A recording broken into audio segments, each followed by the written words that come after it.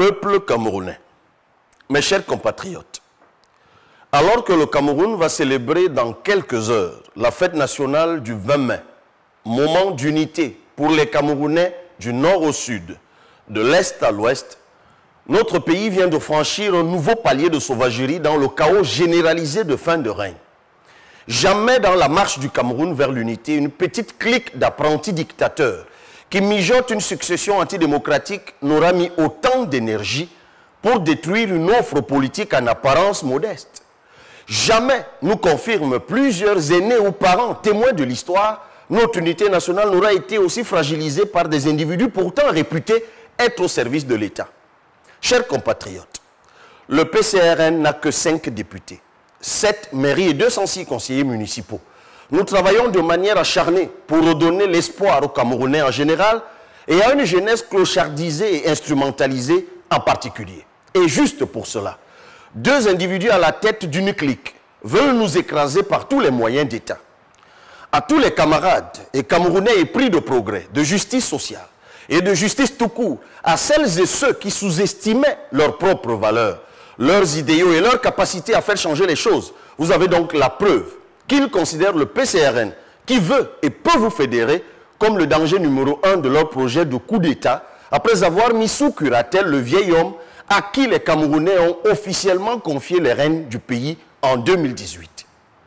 Mes chers compatriotes, le Cameroun bascule donc chaque jour un peu plus dans un trou noir. En effet, profitant d'une délégation permanente de signatures données pour un traitement rapide de certains dossiers d'État, c'est à une auto-attribution par usurpation d'un pouvoir totalitaire que nous assistons.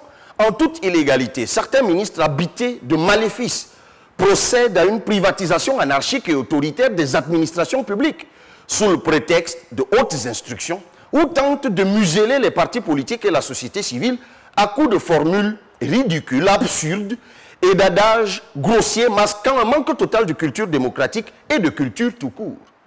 Ils marchent sur les textes et lois de la République, et de plus en plus sur la République tout entière, ceci sous le regard parfois indigné et impuissant des autres membres du gouvernement et de nombreux hauts responsables de notre administration publique.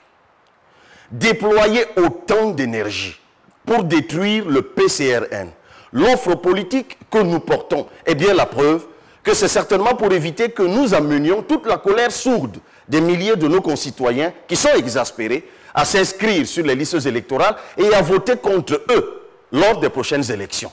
Ils ne veulent surtout pas que nos actions de mobilisation des Camerounais et notre discours riche de propositions ne brisent les chaînes de nombreux jeunes qu'ils ont tout simplement endoctrinés comme dans une secte satanique.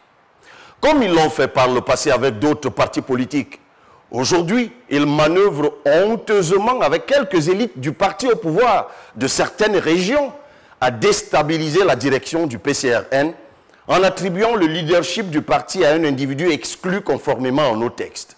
Alors que les procédures sont pendantes au tribunal, ils instrumentalisent sans vergogne un vieillard qu'ils ont commencé par rendre indigent. Ils lui font désormais miroiter monts et merveilles. Ces gens paieront tôt ou tard ce comportement dégradant et cette humiliation.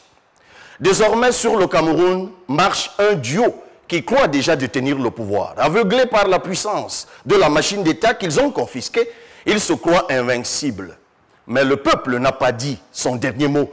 Ils ne nous effaceront pas. Ils sont trop simples d'esprit et même incompétents pour réussir même une si sale besogne.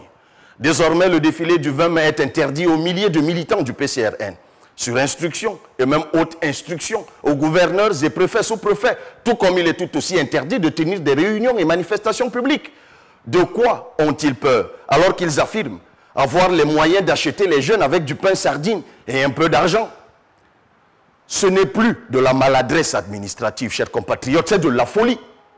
Ces interdictions ne changeront pas que vous nous portez dans votre cœur et que votre désir profond de changement et votre décision de débarrasser le Cameroun de ces prévaricateurs de la fortune publique sont définitifs. C'est pourquoi, chers militants, partout où vous êtes interdits de défiler, ruez-vous massivement vers les places de fête. Restez groupés, disciplinés et pacifiques. Ne cédez à aucune provocation. Célébrez par votre présence patriotique et vos retrouvailles citoyennes l'unité nationale. C'est ce que nous avons tous, du nord au sud, de l'est à l'ouest, de plus précieux. Il est à peine croyable que le moment de célébration nationale de cet acquis historique ait été choisi par certains membres du gouvernement pour diviser, interdire et exclure. Mes chers compatriotes, vous avez donc la preuve que la crise au PCRN n'est pas une affaire interne, c'est le fruit d'une machination de sauvages qui profitent de la fatigue du président Biya à cause de son grand âge et qui tiennent absolument à continuer d'abuser de lui en le maintenant à un poste où il ne tient plus. Ce qui arrive à notre offre politique pourrait arriver à tout le monde dans la situation de non-droit dans laquelle on veut plonger notre pays pour gérer illégalement le pouvoir et en jouir illégitimement. Après avoir vécu 42 ans de dictature douce, des monstres nourris grassement par nos impôts s'apprêtent à passer à un niveau supérieur de barbarie oligarchique.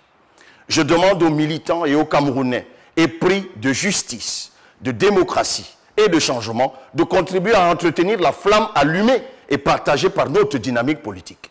À vous les milliers de jeunes et même moins jeunes, tant dans l'administration publique que dans le privé, qui m'avez dit votre exaspération face à cette situation et bien plus, qui me témoignez votre adhésion et votre soutien indéfectible, tenez bon. Demeurez alerte et prudent, car quand une bête sauvage est blessée sans venir sa fin, elle devient enragée, brutale et dangereuse. Ensemble, le moment venu, nous allons l'achever. Je vous en fais la promesse. Le plus important actuellement, c'est l'inscription sur les listes électorales. Observez comment ils s'humilient quotidiennement dans le dossier du football ou du volleyball. Ils finiront par perdre complètement la face. Ce n'est qu'une question de temps, croyez-moi. Regardez l'affaire Martinez-Zogo, où toutes les instructions et autres instructions ont du mal à masquer la réalité qui émerge de plus en plus. Tous les commanditaires seront très bientôt démasqués. Les magistrats militaires feront, nous en sommes sûrs, leur travail. Tout leur travail et rien que leur travail. Il suffit d'ailleurs de lire simplement le ministre de la Justice, garde des Sceaux, ancien SGPR, qui vous dit que jamais le chef de l'État ne donnerait certaines autres instructions, en tout cas à des magistrats et à la justice dont l'indépendance est consacrée par la loi. Oui, chers magistrats, allez rapidement au bout des enquêtes et dites le droit. Le peuple a soif de justice et de paix. La justice et l'armée sont les derniers remparts pour sauver notre pays et notre démocratie des monstres qui veulent détruire notre cher et beau pays. Comme au Sénégal et dans d'autres pays, le peuple doit être fier de sa justice, de ses magistrats et de ses soldats. Et les autres corps de l'administration doivent suivre. Je sais, pour avoir échangé avec de nombreux préfets et sous-préfets, qu'ils sont largement contre cette instruction illégale de leur ministre de nous interdire de défiler. Mais ils l'appliquent pour ne pas compromettre leur carrière, on peut comprendre. Toutefois, ils me disent tous que 2025 n'est plus loin et que les élections vont les délivrer quand le peuple va tomber comme des abeilles sur les appareils de marque Moulinex, logés dans la cuisine administrative de la haine et de la dérive. Oui, leur manœuvre funeste ne passera pas si vous vous engagez.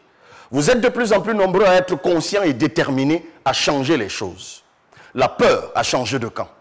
Continuez à vous inscrire massivement sur les listes électorales, que de vous laisser distraire par des diatribes ubuesques créées à dessein dans les fédérations sportives. Sachez que dès 2025, tous les sports reprendront leur place et leur importance dans notre pays. Et ceux qui ont volé l'argent des stades seront dégagés par votre vote. Dans les prochains jours, je vous donnerai plus d'informations sur les actions que nous allons mener pour remporter la victoire finale en 2025 avec les autres acteurs du changement. Ils verront alors que l'opposition camerounaise, souvent moquée, peut mutualiser efficacement. Le peuple que vous êtes, chers parents, frères et sœurs, va enfin récupérer sa souveraineté entre les mains de ces brigands. Restons unis et mobilisés. Bonne fête de l'unité et vive le peuple camerounais.